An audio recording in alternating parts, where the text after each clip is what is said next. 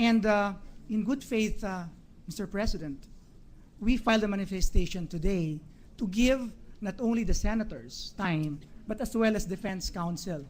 The earliest that we could finish Article 2 would be this week.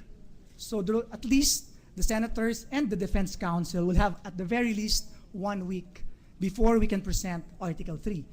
And further, we already enumerated all the articles of impeachment, meaning the 8 articles. And we won't change it again, Mr. President. That's the order now of the presentation. And we beg the indulgence of the defense counsel. This is in good faith. This is for the orderly presentation of our case. And we want, as soon as possible, we want to finish presenting our evidence, witnesses, documents, as soon as possible.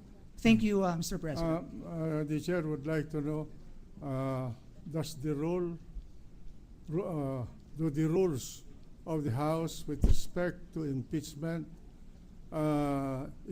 specifically state the ordering of the articles of impeachment? It does not, Mr. President. Under the rules of the impeachment of the House of Representatives, there's no specific provision on the sequence of the articles. So, under your rules, you can, in the presentation of your evidence in chief, you can reorder the presentation. That's correct, Mr. President. In the spirit of liberality, the chair will allow the reordering of the presentation of the sequence of the presentation of evidence of the prosecution in accordance with their best lights. But I would like to request the prosecution to now fix the order of presentation. We have enough time to go over the articles of impeachment and the assessment of your evidence, and by this time I suppose the panel of prosecutors are now familiar with the storyline, if I may use your term, of the prosecution, and so therefore I would like you to tell us whether this is now the order that you want to be followed henceforth. Yes, that's correct, Mr. President. That's the order that we would like to present our evidence. Articles 2, 3, 7, 1, 8, 4, 5, 6. That's the order that we filed in the manifestation. So the chair approves the reordering of presentation of articles. Thank you, Mr. President. The defense wants to be. I was about to say something, Your Honor, in connection with the defense counsel. Thank you, Your Honor. This new order now, in reality, partakes the nature of a motion for reconsideration. Why? Because in the order of previous, based on previous manifestation of this honorable court, Your Honor, it was specifically stated that the order, as suggested by the prosecution, would be 2, 1, and 7, Your Honor. Any deviation from this order, therefore, partakes the nature of a motion for reconsideration. And secondly, Your Honor, the House rules on impeachment could not possibly provide for the order of presentation because that falls exactly within the domain of the Honorable Senate of the Philippines, Your Honor. Because insofar as the House is concerned, it has only something to do with initiation and nothing more. But the form and content of the articles of impeachment is a function of the House. And when we talk of ordering of allegations, it's a matter of form. And so therefore, in the spirit of liberality, this chair approves the request of the prosecution. Let's proceed. All right, with thank you, Your Honor. Trial. Mr. President, before the majority floor leader. Thank you, Mr. President. Before I move to recognize Senator Bong Revilla for a manifestation, I am in receipt of a letter from Senator Miriam Defensor Santiago, and the request is for me to read this letter during her sick leave following and read the following question just after the start of the session. So if I may, Mr. President, question from Senator Miriam Defensor Santiago. I read to you the following provisions of the Rules of Court. Rule 133, Section 1, preponderance of evidence, how determined. The court may also consider the number of witnesses through the preponderance is not necessary with the greater number. Under this provision, the Supreme Court ruled the weight of evidence is not determined mathematically by categorical superiority of the witnesses testifying to a given fact. Lim versus Court of Appeals 254, SCRA 170, 1996. Further, Rule 133, Section 6 provides power of the court to stop further evidence. The court may stop the introduction of further testimony beyond any particular point when the evidence upon it is already so full that more witnesses to the same point cannot be reasonably expected to be additionally persuasive, but this power should be exercised with caution. Thus, the power of the court to stop further evidence refers to corroborative testimony. The question is this: if there is no objection from our colleagues in the court, could each of the panels please submit a list of witnesses, listing them either as primary witnesses or as corroborative witnesses?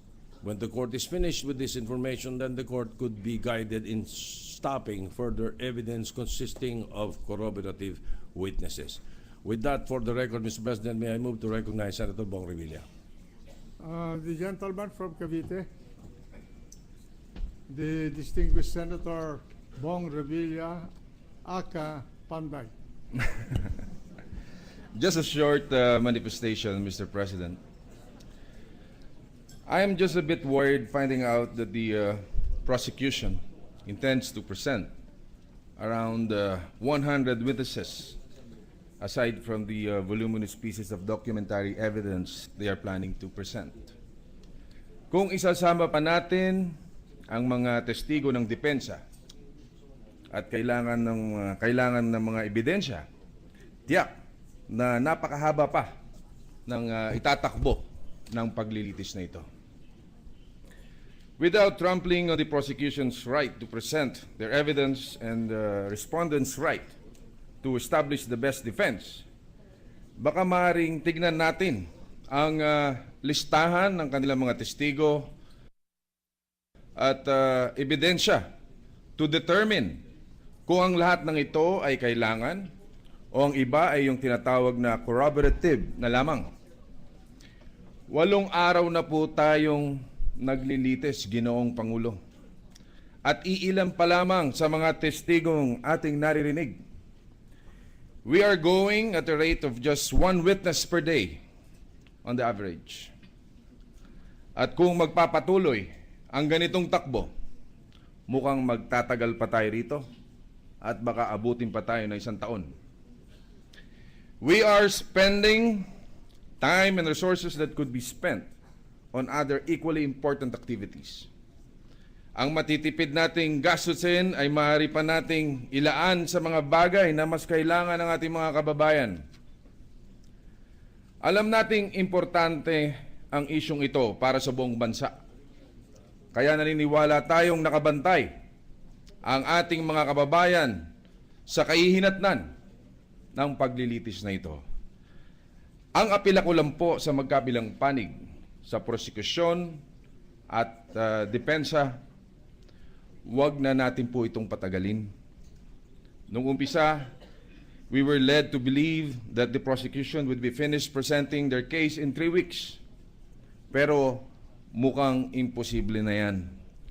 3 weeks na tayo ngayong linggo at hindi pa tayo natatapos sa isang article. After this article, may 7 pa. At ang bawat araw na lumilipas ay malaking epekto sa ating bansa at sa ating ekonomiya. Aminin man natin o hindi, ang malaking porsyento ng oras ng ating lehislatura, hudikatura at ehekutibo ay nailaan na sa impeachment na ito. Maging ang marami sa ating mga kababayan ay mistulang tumigil na rin ang buhay dahil sa pagbabantay sa kahihinatnan ng pagdidinig natin ito. We are all looking for the truth, so let us bring out the truth. Bigyan natin ng katarungan ang magkabilang panig sa pinakamabilis at epektibong pamamaraan. Maraming salamat po, Ginoong Pangulo. Mr. President. Thank you. Just a minute. First of all, I would like to inform the public and the court that I understand the prosecution in their manifestation reserve the right to dispense with the presentation of their prospective evidence, presentation of their evidence as the need arises. Is this correct, Counsel? Yes, tama po yan, Mr. President. Ngayon, ang mungkahi ko sana, kung maaari, I am not going